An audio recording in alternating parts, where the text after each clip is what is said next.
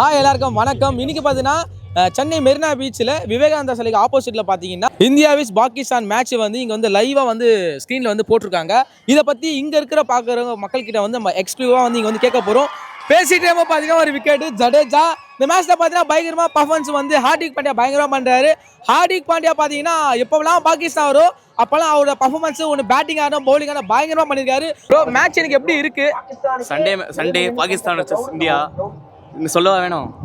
மத்தியானம் சாப்பிட்டு கிஃப்ட் வந்து மெரினா பீச்சில் நல்லா பார்க்குறோம். எல்லாரும் சந்தோஷமாக இருக்குது பார்க்கறதுக்கு. எல்லாம் ஃபேன்ஸ் நல்லா கத்தி சந்தோஷமாக இருக்காங்க. அவ்வளோதாங்க. ப்ரோ இந்தியாவோட பவுலிங் எப்படி இருக்குது? இந்தியாவோட பவுலிங் கொஞ்சம் வீக்காக தான் இருக்குது. பும்ரா இல்லாதனால கொஞ்சம் இதுவாக இருக்குது. அதே மாதிரி பேட்டிங்கில் வந்து ரிஷப் பண்ணிட்டு உட்கார வச்சுட்டாங்க. அது கொஞ்சம் வருத்தம் தான். ஆனால் பேட்டிங் ஆர்டரில் பிரச்சனை இல்லை, நல்லா தான் ஆடுறாங்க பேட்டிங்கு. அதனால ஒன்றும் பிரச்சனை இல்லை. பவுலிங்கில் கொஞ்சம் வீக்காக இருக்க மாதிரி இருக்குது. பும்ரா இருந்தால் இன்னும் கொஞ்சம் நல்லாயிருக்கும். இந்தியாவோட பவுலிங் எப்படி இருக்குது? இந்தியாவோட பவுலிங் மந்தமாக தான் இருக்குது. விக்கெட் விழுவ மாட்டேங்குது. ரெண்டு விக்கெட் தான் போயிருக்கு. ஆனால் இந்த ஸ்குவாட்ல வந்து வேற யாரையா இவரை டிராப் பண்ணிட்டு இன்னொருத்தர் எடுத்துக்கலாம் அப்படின்னா யாரை சொல்வீங்க? பும்ரா இருந்தால் நல்லா இருந்திருக்கும். இன்ஜுரி நல்லா இல்லை. பும்ரா இருந்தால் நிறைய ரெண்டு விக்கெட் எக்ஸ்ட்ரா விழுந்திருக்கும். ஸோ கொஞ்சம் மேட்ச் நல்லா போயிருந்திருக்கும். இப்போ 100 ரன் தான், இப்போ 125 ரன் தான் அடிச்சிருக்காங்க. ரன்னு ரொம்ப கம்மி தான். இன்னும் 20 ஓவர் இருக்குது. 20 ஓவரில் வந்து எப்படி கொண்டு போகிறாங்க? பேட்ஸ்மேன் செட்டில்டு பேட்ஸ்மேனாக இருக்காங்க. 50 பால்ஸ் பிடிச்சிருக்காங்க. ஸோ வந்து ஒரு 2 விக்கெட், இப்போ ஒரு விக்கெட் விழுந்தால் தான் இந்தியாவுக்கு டர்னிங் பாயிண்ட் ஆகும். அஸ்தித் சிங் வந்து மேட்ச்ல எடுக்கல, அதை பற்றி என்ன நினைக்கிறீங்க? சிங்க்கு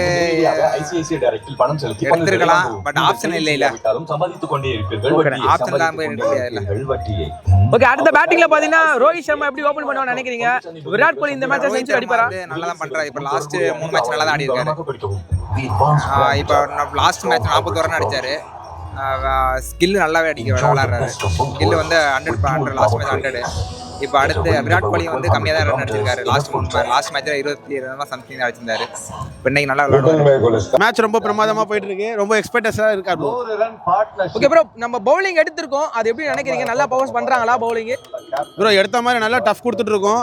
அவங்களால கண்டிப்பாக எதுவுமே பண்ணவே முடியல. அவங்களால அடிக்கவே முடியாமல் நிலைமையில இருக்காங்க. ஆனால் அவங்களும் நல்லா போராடிட்டு இருக்காங்க, நல்லா ஆடுறாங்க.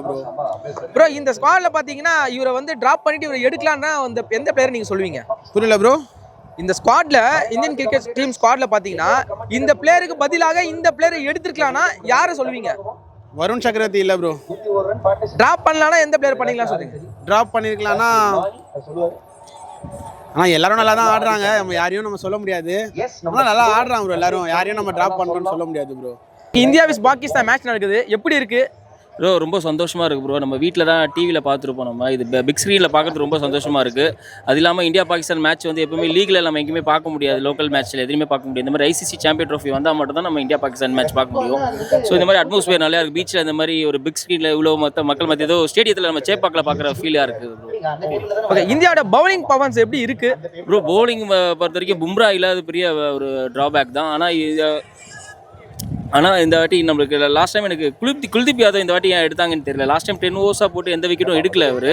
ஸோ எதுக்காக அவர் இந்த டீம் இந்த மேட்ச் எடுத்தாங்கன்னு தெரியல. ஸோ வருண் சக்கரவர்த்திக்கு ஒரு வாய்ப்பு கொடுத்துருக்கலாம். ஸோ நெக்ஸ்ட் டைம் நாங்கள் எதிர்பார்க்குறோம். அதாவது நம்ம ஃபைனல் போனால் வருண் சக்கரவர்த்திக்கு ஒரு வாய்ப்பு கொடுக்கலாம்னு எனக்கு தோணுது. நம்ம இந்தியாவோட ஓப்பனிங் பேட்ஸ்மேன்லாம் எப்படி ஆடுறாங்க அவங்கள பற்றி? லாஸ்ட் டைம் ரோஹித் சர்மா கொஞ்சம் நல்லா ஆடினார். அப்புறம் சுமன் கில் நல்லா ஃபார்மில் இருக்கார். பாகிஸ்தான் மேட்ச்னாலே விராட் கோலி ஃபார்முக்கு வந்துருவார்.